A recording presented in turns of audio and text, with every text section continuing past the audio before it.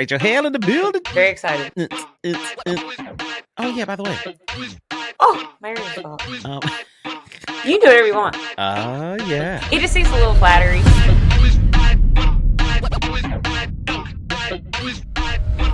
Yes, ladies and gentlemen, and welcome to another episode of the Tombslayer podcast. I'm your host, Khristian Netley, but that's not how I introduce it. I say that this is the place where we have resurrectional conversations, and indeed, I just made that word up. Today is especially delicious. We are going to have an incredible conversation with a young lady who hails, watch this, from Nashville, Tennessee.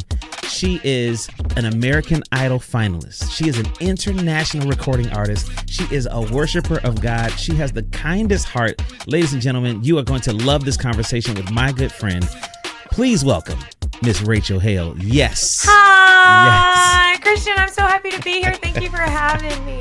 Well, how are you feeling today? I am doing well. It's a beautiful day. We're starting to get cooler temperatures in Nashville, so it feels, more like fall. So it's going very, very well. How are you doing? This fall is my absolute favorite season of the year for a lot of reasons. I got married in the fall. The weather, the temperature changes. I mean, all of those things. And here in Orlando, this is where you get your money's worth for living in Orlando, Florida, because, the summers are hot. It's just ridiculously hot. But when that northern wind comes down for the first time and changes the seasons, it's beautiful until like maybe May or June. So yeah, we're really excited, but I'm more than anything excited to have you on and have a conversation with you. I am very excited to be here. Thank you for having me. Thank you. So listen, the Tombslayer podcast, the whole purpose of this is to encourage people who are believers, who live in a space and operate in a space where they're not really in the four walls, confined to the four walls of the church. You are a wonderful example of what life looks like as a believer in the marketplace. So let's start at the very beginning. Your incredible voice. I love your music. I love what you represent. How did you know that this is what God had for you in your life?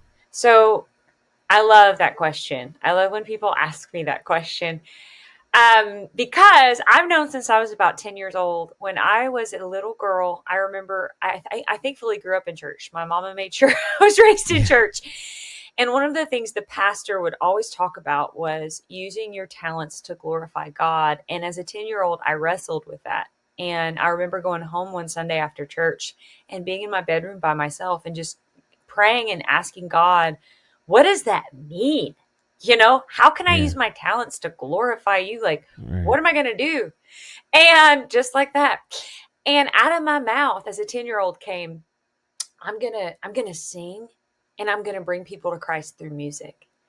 And that is a pretty big epiphany for a 10-year-old to have. But I remember running out of my bedroom, going to my parents and saying, hey, I'm going to sing for God and bring people to Christ through music. And I really feel like that's what God told me I'm going to do. And they believed me. My mom and dad believed me. I remember, my mom even talked, I grew up in a town of 3,500 people in Southwest Arkansas, 2 stoplights. We just got our second stoplight not too long ago. I didn't have one for a very long time. So very tiny town. And I remember my mom even, talking to my dad of well, she needs to be in voice lessons if she's going to do this. And my voice teacher, who I had all through American Idol, even for years, was Carmen Tyler. She was at our church the day that my parents were having a little spat of we got to get her in lessons. What are we going to do? We went to church one Sunday shortly after that. And Carmen was there as a guest artist, and she was Miss Louisiana at the time. She just given up her title as Miss Louisiana. She became my vocal coach and just put me on the right trajectory right then. So God really brought people to the church. He aligned my steps, and also he allowed, my parents, he gave my parents faith to believe in what I said and that I actually heard him. And they really got behind that dream and helped steward it. And I'm forever grateful to them as well. Wow. You just used the word steward. I think a lot of people, once we hear that this is something that God has given us, some people take the route of going and honing their craft to make sure that they are really, really good. They've got the skill, they've got the gift and the skill, because I honestly believe there's something that I heard from Miles Monroe years ago, that there's a difference between your gift and your skill. Your gift is what you were born to do. Your skift is what your skill skift. I said skipped. No, this is great. Right? It's a new word. It's great. Yeah, resurrectional skift. Last night I like it. What did I say last night? I said ocean. I got water and ocean mixed up. It's like, yeah, it's across the ocean. Whatever. That's just your boy. Anyway, so he was saying that there's a difference between your gift and your skill. He was saying that your skill is what you're trained to do. Your gift is what you're born to do. So I think there's a lot of people that are training something that's not their gift. But for you, when you expressed that to your parents that you heard God speak, they really poured into making sure that you were skilled in your gift. So for me, I didn't take voice lessons or piano lessons or anything like that or whatever. I just kind of ran with it. But for you, I love the fact that you dove into it deeper. How can what do you say to people that are on the fence? They're like, well, I've got this natural ability, so I don't really feel like I need to pour into it. I disagree with that wholeheartedly. We talk about biblical character, how important that is, that's what, in just daily life. It's the same thing with your talent. It's like you need to have a character around that is in regards to you take care of it, you steward it. It's not, I think there's so many quotes that align with this, but I think, I posted this recently to my Instagram stories, but it's something I believe. It's to pray for something and not prepare for it is a form of self-sabotage. Stop. I think you have to say that again. Something God spoke to me. Say that again. Self-sabotage. If you pray for it and you don't prepare, you're sabotaging yourself because you ask for something you aren't ready for. And I have chills, but it's true. That's so good. And it's a hard truth, but it's true. And I think that it's very important. We can't just. And what a sad waste, I think, as well. Whenever I meet a lot of singers that are phenomenal, but they don't train. And it really upsets me because I think you could be even more amazing. Yeah. And you're just going to affect so many more people. You owe it to yourself to steward and to train. And one thing I'll speak to as well, there are a lot of people that have financial constraints, right? But there's so many things online. I have taken free online dance classes to get better at dance before, right? And I've taken online all kind of things just to learn. So if there's something that you want to grow in, there is never a limit with God. And there's just not a limit in general with all the things that we have access to now. So I want to encourage everyone, if you have a talent, you have a gift, and you're called to steward that. And there's always a way. That is so good, Rachel. Like, okay, so I'm a preacher, right? Naturally.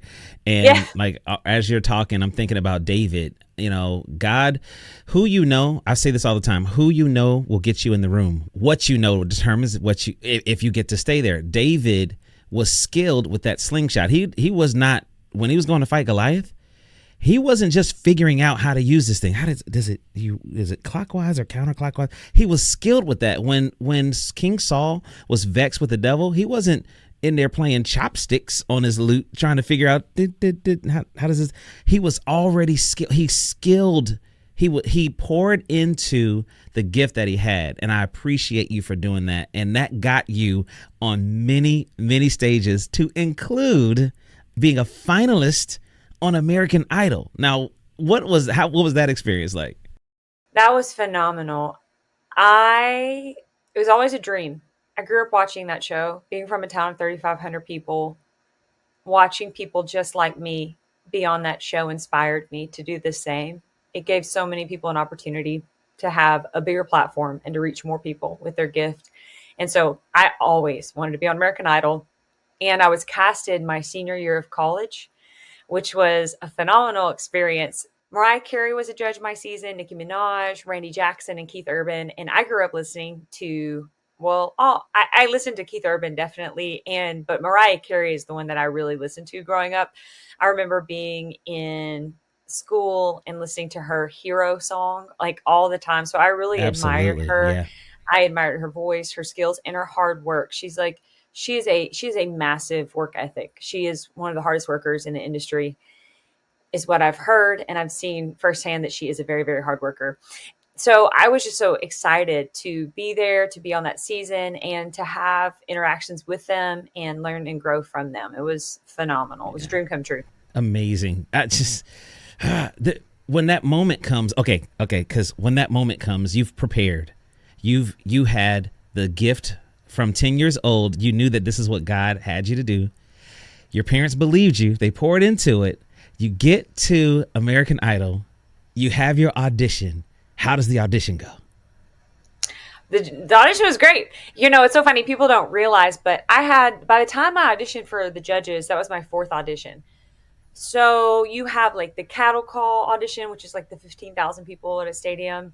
And then about 150 to 200 people will make it through that first round. Whoa. Which if you make it through that first round, you're either very entertaining or very talented. One of the two. And so there's that first round, and then you audition for more producers, more talent agents. And then there's another round where you audition for the executive producers and management. 19 management was there for that audition for me. And then you audition for the judges. So by the time I auditioned for the judges, I had sang that song many times in front of people.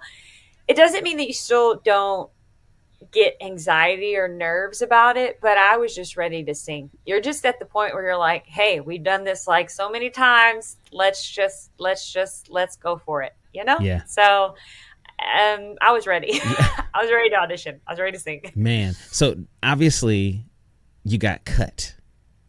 Yes. Okay, so let's talk about, there's a lot of people who, even myself, we prepare for things. We get to the place where the decision is not on us and it's on other people, and we get cut.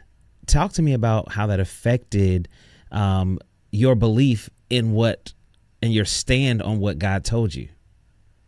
It's so funny. I'm very blessed because my story's wild. I would always pray before every cut was made. I would be praying like, God, the heart of the king lies in your hands. So turn the judges, towards favor. I pray for favor. And I would be like, I set my eyes not on what was seen, but on what was unseen. 2 Corinthians 14. Was seen. I'd be like, just move the unseen, Lord. Give me favor, put me through. And I'm going to tell you right now, during Hollywood week, there was a couple rounds that I did not do well in, but I'd be praying and they put me through, And so I knew that prayer. It was powerful. But I was backstage praying so I got cut in Vegas, and ironically enough, the performance was great. The song choice was great. Did this song called Nothing But the Water by Grace Potter. The song is completely a cappella. We put a band arrangement behind it, so it was brand new. It was a new song, basically. It was my whole arrangement that I arranged with a friend, and it was really, really cool. Performance went great. Response was great from the audience. And Billboard at the end of the season ended up ranking it as one of the top moments of the entire season. Whoa. So it really went well, That's great. And I was backstage and I was praying to God. And I had this very dramatic encounter with God where I felt peace just flood my body. And I felt a peaceful hand come over my heart. And the Lord, clear as day, said, Rachel, you've done a great job. You've done everything that I called you to do, but this is as far as I'm taking you. And this is as far as we're going. And if you pray for this, you're praying against my will. That's what he said, clear as day. You're praying against my will. I'm going to start you over, and I'm going to take you to greater heights than American Idol ever could.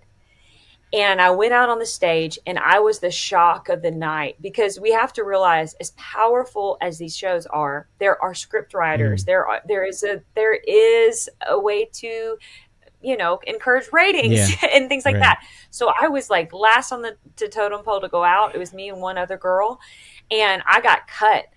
And it was supposed to be the shock of the night, and it was all over the news. And I think that perhaps maybe the viewers or the producers thought I might react differently, but I left smiling. I didn't cry. I was like, I knew I was getting cut tonight. I didn't know it was because that encounter I had with God was so wild but so life altering. Like I was like, this is the Lord. Like this is amazing. And so I wasn't shocked at all. I went right out there and got cut. And then and I just smiled, thank you guys. And then went home, So I think the biggest thing for me was questions with God of like, why? right? Like, why couldn't I continue on the show that I love with people I loved, experience I loved? What's wrong with that? And how Yeah. are you going to take me to greater heights than American Idol ever could? That was 15 million people, Lord, on television right there that was watching that night. Like, that's a pretty good height, you know? So I'm still on that journey, right? I'm still on that journey as I continue in this career of of of of pursuing this and just trusting the Lord in that, of what does that look like? What does that mean for me? But I found him to be so faithful. I have, and I've had so much fun and so much peace and goodness as I've just trusted Rachel, him. let me tell you why this is so encouraging to me and to the millions of people who are watching this right now. There are a lot of us who have not exercised the muscle of moving with the cloud. When the children of Israel came out of Egypt, God appeared to them as a pillar of fire by night and a pillar of cloud by day. And whenever the cloud moved. They were supposed to move. And whenever the cloud stayed, they were supposed to stay. The problem is, what happens when the cloud stays over a place that we really like? What happens when the cloud stays over a place that has an abundance of all the things that we could ever want? There's a running brook here with fresh water. There's fruit trees. There's enough grass for all of our cattle and just let us. But when the cloud picks up and moves, that can be one of those. But wait a minute, God, because I don't know where you're taking. I know you're taking me to the land that flows with milk and honey. I know that. Mentally, as a mental assent, but I can't see that because some places, frankly, you take us to and we don't like it. It's a hike. We like this place. We're comfortable here. We haven't exercised the muscle of moving with the cloud. We love to be comfortable in the place where we imagine, hey, it's American Idol. Let me win American Idol. How many millions of people can I tell about you? But we have to remember that his ways are not our ways and his thoughts are not our thoughts.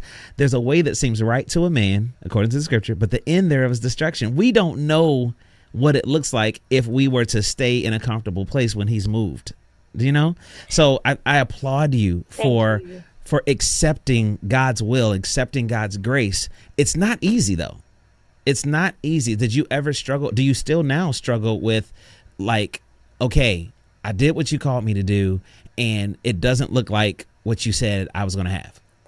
I think that yes and no, because I'm going to be honest. I think sometimes we can be extra saved and be like, yes, I still struggle, and that might not be true. You know what I mean? Like, be honest about it. I got to tell you, like, I think I deal with patience issues where I'm like, Lord, we exercising for the Spirit. I trust him, you know? But the other thing is I have this other belief, and it is that I'm a part of a body. Yes. And it's not all about me. And I really know that. And I look at Moses. He never entered the promised land. He saw it, but he helped get the body there. And so for me, greater heights, I'm allowing him to determine what that looks like. It doesn't have to be as big as, you know, whoever, right? Or have as big of a career, because Mary, the mother of Jesus, served a great purpose, just being a mom, right?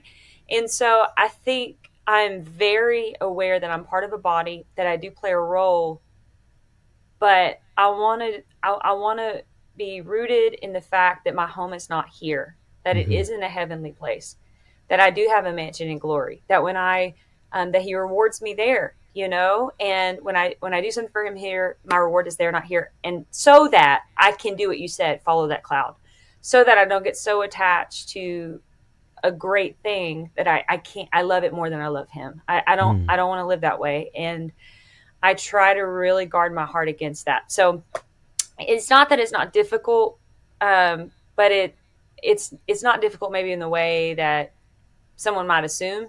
It's more it's more of a patience thing of like, but what's that going to look like? Are we there yet? I don't think yet. This ain't the greater height. It might be. I don't know. You know, it's right, you know. So there's a striving. There's still in a holy striving is what I call it. But there is still a hustle in me to keep going and to partner with him of like, what are you building? I want to build with you.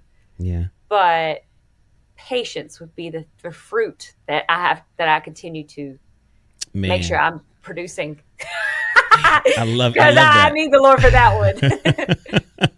I love that. And as you're talking, I'm thinking about one of the apostles who went to this city, and he was working all kind of miracles after Jesus had risen from the dead and ascended to the Father, and he's in the city and spreading the gospel and all this other kind of stuff, and it was like a revival service, and every day it was amazing. Then God says, "Yo, I want you to go and I want you to join yourself to this Ethiopian eunuch." I'm like,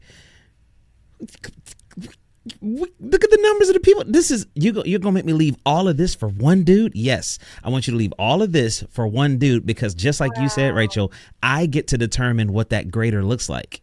Yes. He leaves that amazing encounter in this city where there's amazing miracles happening, goes and sees this Ethiopian eunuch talking, reading the scripture, helps him to understand it, baptizes him, and that Ethiopian eunuch was responsible for taking the gospel of Jesus Christ to the continent of Africa. Phenomenal. So if we would just stay where we are and when things are amazing, and think, we have to remember that God's ways are not ours. What he's the one who takes the foolish things and confounds the wise. He's the one that turns the world upside down for our benefit and for our good, according to his purpose. So it's if we're here and we exist to please him, if we are here and we exist to honor him, then we can't make the goal bigger than the one who assigned us, because we sometimes don't know what the goal is.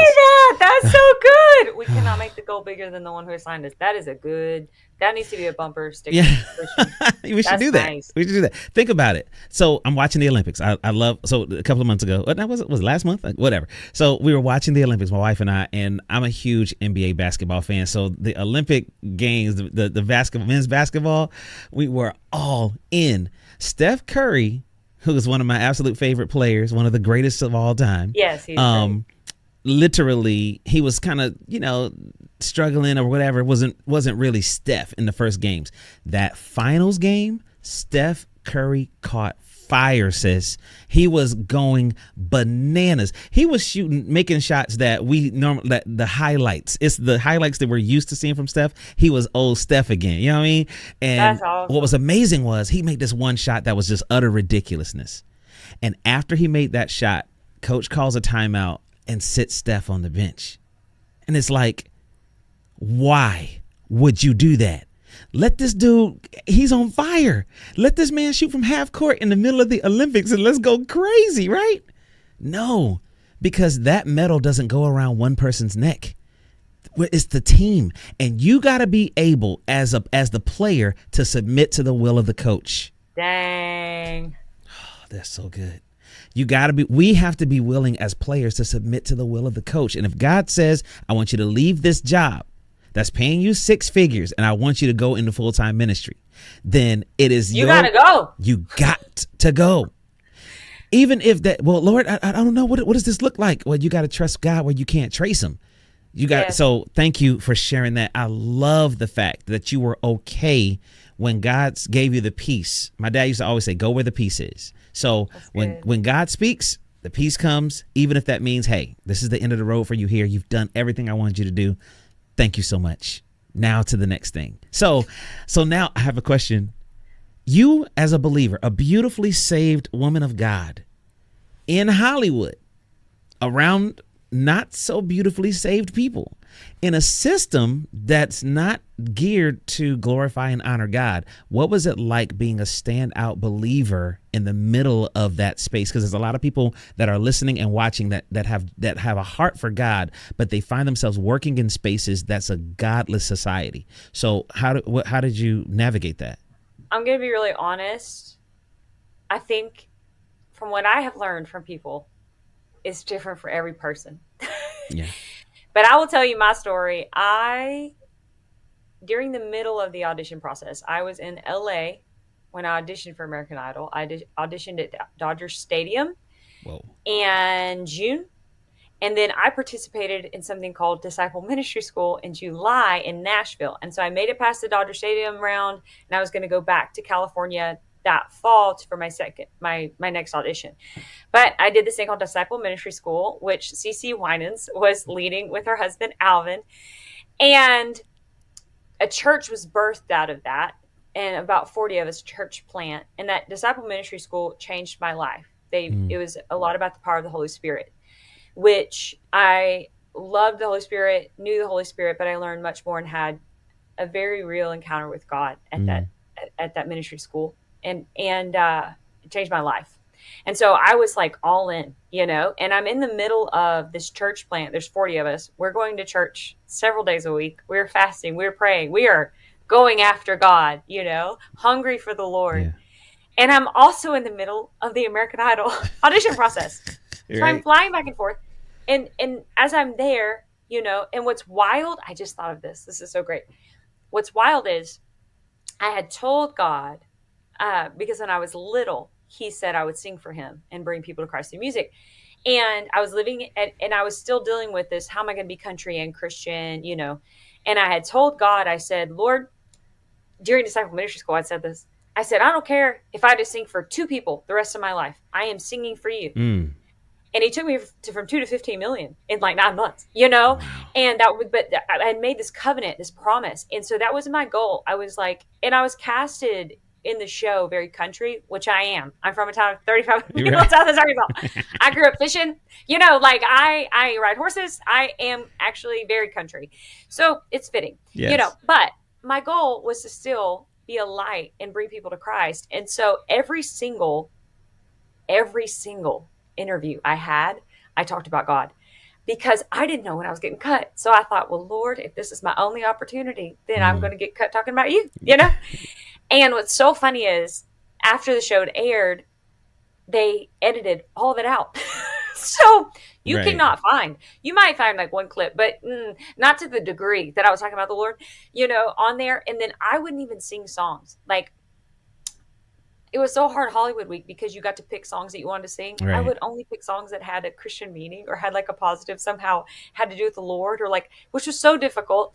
So I don't know if I made things harder on myself or not, probably, but I definitely was like, no, I'm going to sing for God. This is my passion. This is my goal. And so that was my focus. And so with that came a lot of pushback. And it was funny too, though, because I will tell you guys, like, I would know things that were going to happen before they would happen because I had this relationship with the Lord. And I'll tell you a funny story, but part of it is it did air on the show, but during Hollywood week, I had to do a sing off.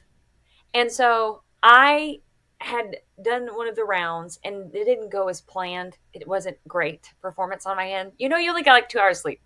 So it just wasn't the best. And I made it through the round though. Like, I didn't get cut. They're like, you're through to the next round. And the Lord said, you're going to have to do a sing off. You're going to have to sing off today. So I just like, very young, very new in the Lord, very zealous and very young. I was telling everybody, like all my friends there, I'm going to have to sing off today. I'm going to have to do a sing off. I got to figure out what song I'm going to sing because I don't have to do a sing off. No filter, right? That might be why the Lord said this is the end. We're going to work on the filter part. But here I am telling the story. So I guess the filter's still not there. So we're still working on that part. But I was telling people, I was going around telling people like, hey, I'm going to have to do a sing off. And all my friends were like, Rachel, you made it through. What are you talking about? And by golly, the end of all of the day of that round, one of the producers comes in and goes, friends, we're going to make another cut. We're going to do a sing-off. We'll announce who it is that has to do the sing-off when we get on the stage. So we all had to go up on the stage. And sure enough, I go up there and it's me. But here was the trick. They were like, you have to sing the song that you sang earlier or your group song. And both of those were not my best song. So I thought, I'm going to ask the judges, if I can sing a different song. So, because I knew I'm going to have to do a sing off. And sure enough, Rachel, Hale, you're going to have to do a sing off. There's only 3 or 4 people that had to do a sing off out of all of us. Wow.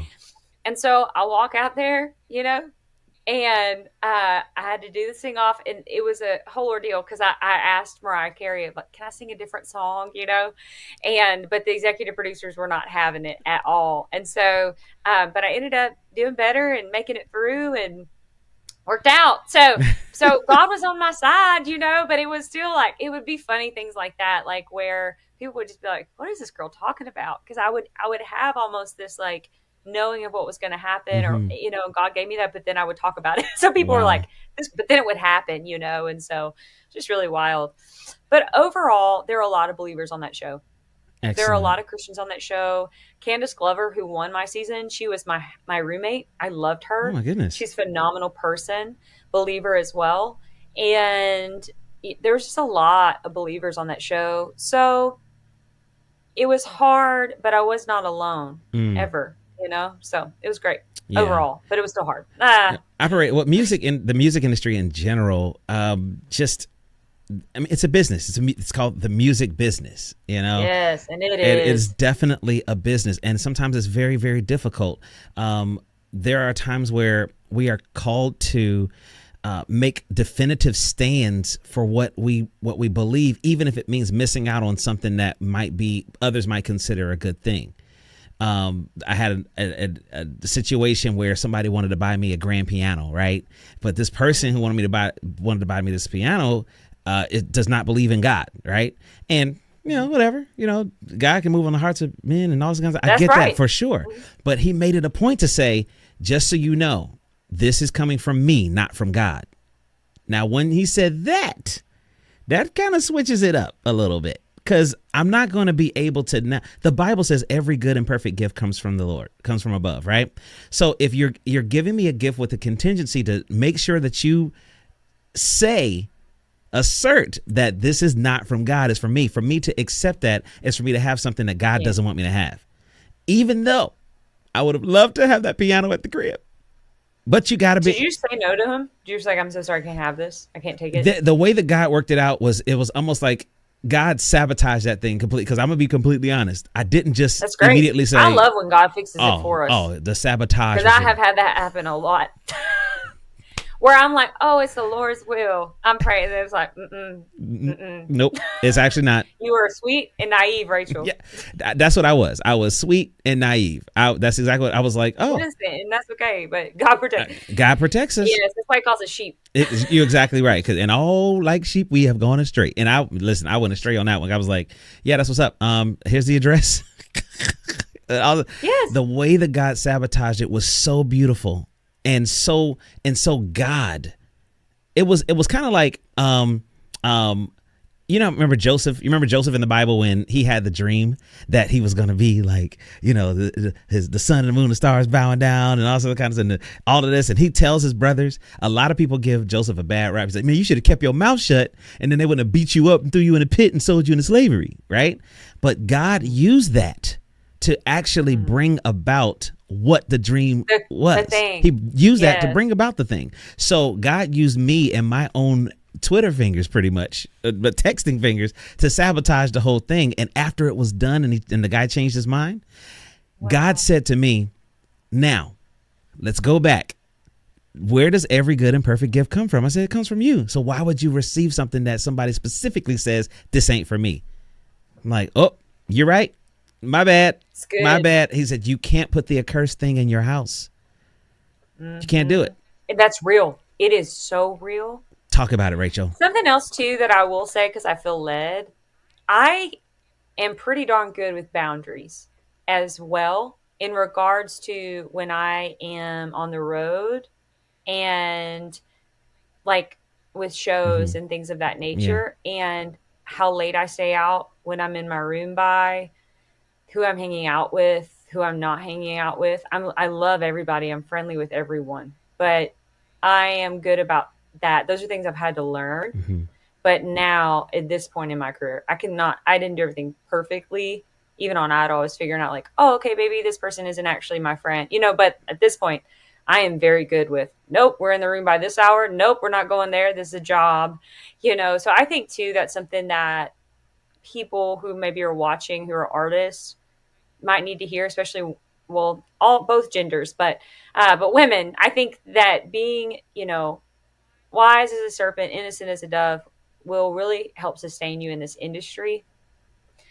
And I just want to encourage anyone who's watching that, just to know that those are great things to have, good boundaries. Oh man, absolutely. When you're on the road as a musician in entertainment, any field really. I was going to say any field, because the enemy, like a roaring lion,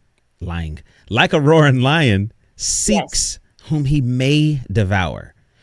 That's right. It's we got to make sure we're not a part of those people that he may devour, because he's searching, he's lurking to see where you're going to compromise, where you're going to bend a little bit. Are you going to stand firm in this? Is this a absolute, or is this a, kind of da. And it can be in any genre, any industry, any workplace, any relationship. So we got to make sure that we fortify our boundaries. And I appreciate you. That's men and women. I really, really appreciate you for saying that, man. This is. I just felt, I was good. Like, I'm not something else I feel to include in here. Absolutely. Absolutely. And somebody needed to hear that. Again, there's millions of people that are watching. Praise God. So, it's just one of those things that we got to be, again, led by the Spirit of God. Rachel, oh my gosh, this is so good. So what is next, and how do you bridge where you were and where you want to be, and like reconcile those two things? Well, it's really wild. Since then, like I sing, and I have some amazing things coming up. One very exciting thing that will be announced very soon, that you know about and I know about, and I'm so thrilled about. It's gonna be a very big, exciting thing. So everyone stay tuned for that. Will be announced relatively soon.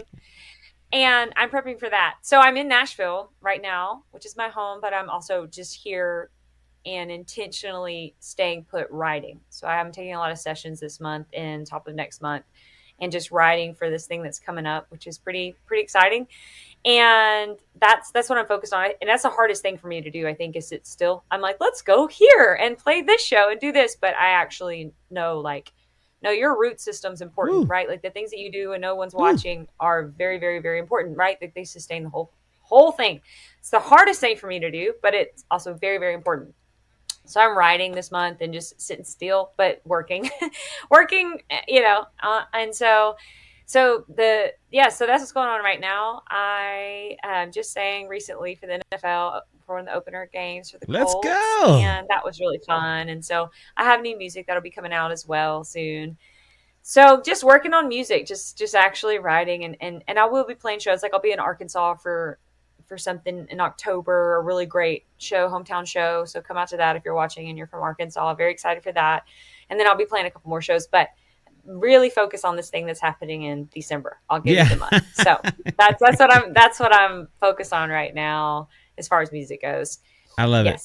I feel like there might have been a part 2 of that question. Yeah. So remember. Like where you were and where you're going, how do you sit? And you kind of answered it in the middle. It's tough.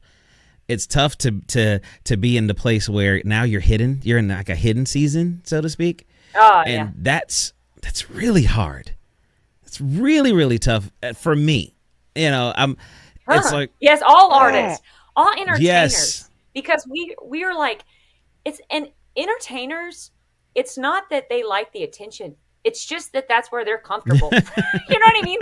Some people are comfortable playing a sport or teaching or being an attorney. I feel most comfortable on a stage. I do. I feel more comfortable on stage than I do grocery shopping. Like I'm like, this just feels like a fish in water. I can't explain it. And I'm sure you feel the same way. That's why it's hard. It's just, you're just comfortable. But it's so necessary because you got to replenish. Yes. You got to go back to the well. You can pour water into everybody's, whatever, cups or whatever. But if you get empty, you got to go back to the well. And social media is the worst, I think, it's a great steward. Like I love social media. Hear me. I love it. But it can be the worst because you're seeing what everyone else is doing and you're trying to keep up. And the thing is, we're all built differently, even as artists. There are some artists who are phenomenal, but they were, maybe they dealt with abuse, not abuse, but substance abuse disorders, whether it's alcoholism, drugs, whatever. And they come out of that lifestyle. Most of those artists can't tour the same at that point. Wow. Their tours look different, right? And so I think just knowing what works I know an artist who never dealt with substance abuse, but he is a huge artist, but his longest tour was 6 weeks. That's as long as he'll go. And he has had a massive career, but he'll keep these small stints. And that's how he had to build his life. And that's how he did it. And he's had a massive career. Then there's artists that are on the road 13 months out of the year. And so you just kind of got to figure out what works for you. But yes, the replenishing is very, very important. Man, so good. But I hate it. I hate it. I'm like, this is all we're going to do. We're just going to sit right here in this town. And I love this town, but we're not, this is here. We're here. Okay, we're going to go home and just go to bed. Okay, that's all. God knows we need that. Okay, right. Just like, this feels very boring It to me. really I does. had a friend, because I'm in this season, and it feels like I'm listening to that. I was reading that book, Atomic Habits. Have you ever read that book? Haven't. It's a great book. But it one of the things is the key to success is falling in love with the ordinary and the boring. Basically, it's like he teaches a lot about structure and to accomplish a goal, just things of that nature. But it might feel like a really boring life, but it can just like produce this like amazing fruit, which is true. So I was telling one of my friends, I was like, I'm just falling in love with the boring. I just love the boring things. And he was like, Rachel, your life is not boring. Your life is not boring. And I was like, you don't think so? I was like, Right? okay, that's good. Good to know, because I feel like, but yes, but it can feel you just when you don't get to travel. I love traveling and singing. Anyways, but it's Listen, hard but necessary. Yes. oh, I celebrate you because you're such a light. You are such a light for God's way of doing it.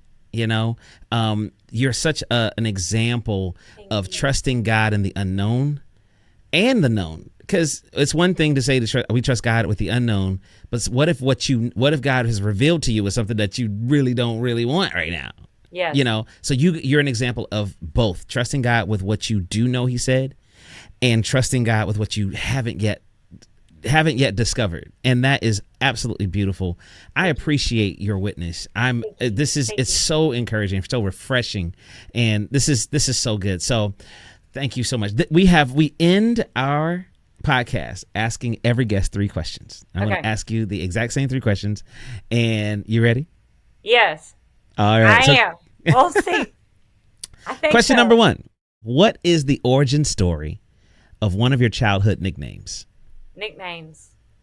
Oh, okay. So I was once nicknamed Popcorn in junior high Popcorn. because I was at a slumber party, my friend's birthday. It was a big birthday. I think it was 13th birthday. We had the like camper. We were camping. It was like out. It wasn't like we were far out, but we were in a camper. All the girls were there. And I decided I was going to be the one to make popcorn in the microwave. And my parents our microwave was awesome. It just lasted forever. But because of that, like we would set I remember 3 minutes and 45 seconds.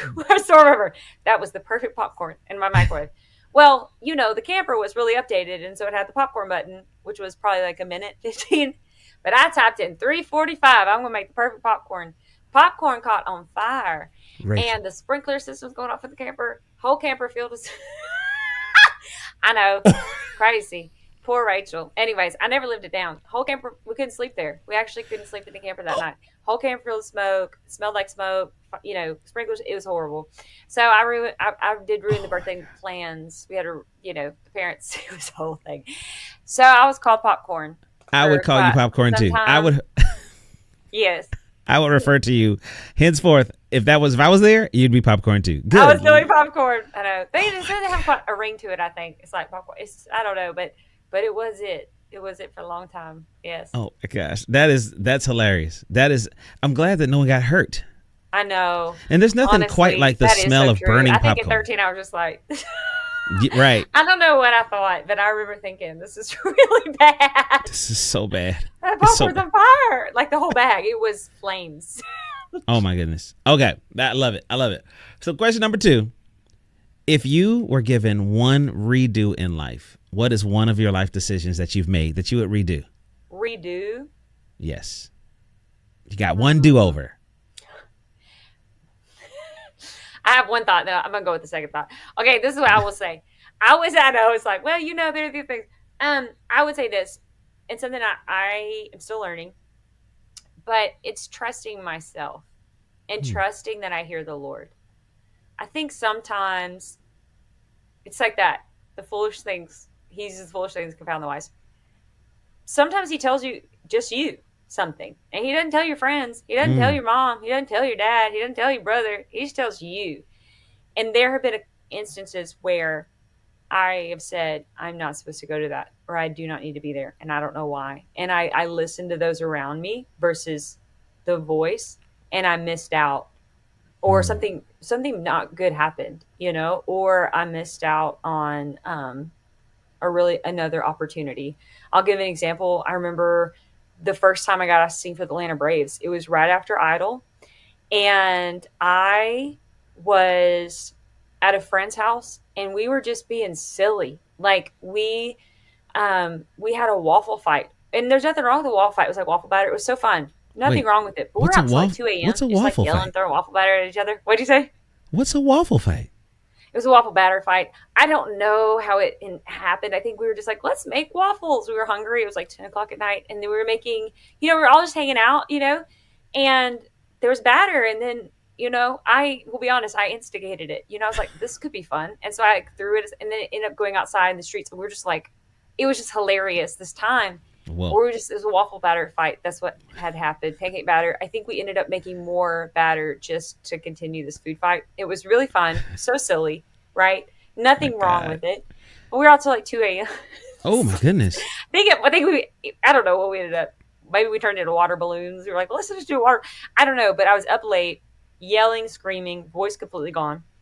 And then the next day, the Atlanta Braves called, which was a dream to sing at that field and sing for the Braves. I mean, I had gotten off of Idol that year, so it was probably 6 months after. And that was a season I should have been focused on music. I should have been, I was so, no, like God's opened up a door. There's momentum. Stay ready. Always be ready. Always be ready for when he calls. You don't know when, but it could be a minute. And they called the next day, and they had an opening pop up, and they're like, could you be here? Could you come sing in 2 days? And my voice, I mean, it was so short. I couldn't even practice. Like I had no voice, and I had to say no. And that opportunity did not come back around for 10 years. So I sang in 2022. I sang for the July 4th game, the Independence Day game, which was a huge game, but it did not come around for 10 years. And it was like a massive lesson that I learned of like, stay ready. And I knew the thing is too, the other thing was when all that was going on, I was like, this is a bad idea. I do not need to be doing this. I do not need to be out here. What am I doing? I need to go to bed. Why am I even hanging out this late with people? Like I love people, but I knew that I was in a season in my gut, right? In my spirit where I needed to be focused. And so I missed out on that opportunity because I didn't listen to my gut, and I chose to like do something of that nature. Right. Wow. And so it's just stuff like that. And I've learned the hard way. I had something happen recently, not a waffle batter fight, but just I missed another opportunity because I was at an event, and the event was great, but I didn't get the call that I should have gotten because I was at an event, and I knew in my spirit, I was like, I don't need to go to this tonight, and I don't know why. And I missed a call for a really big gig because of that. And so I've just really learned the hard way of listen to what God's saying to your gut. If you need to be at something, you don't need to be at something. And those are things I would redo. I would trust myself more and trust what God's speaking to me. That's what I'm working on still. I think it could still be hard at times. Rachel, that was incredible. Oh, thanks. Thank you for your transparency on that. That was a good one. It's true. It's true. There's no shame. We're all learning. Yeah. All of us have done this. Yeah, but absolutely. It's true.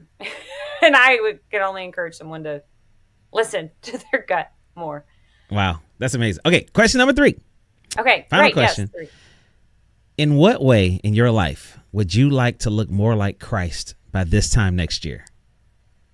I have several thoughts.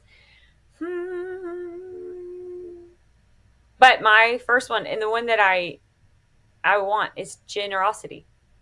I think we serve a very generous God, and I like to think that I'm generous. I like to think that, but I actually want to grow in that even more. I want to get to the point where I'm just very, very, very generous, not just to the church, but to people. And so generosity is something that I want to grow in by this time next year.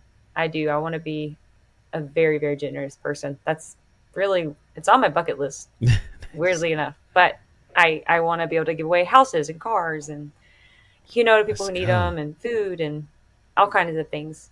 So, man, may that desire be your reality. May God increase you to the point where that is your normal. You have to give it away because you don't even have space. You don't have capacity. May God increase you to the point where you are forced to give it away because you have no capacity to retain it.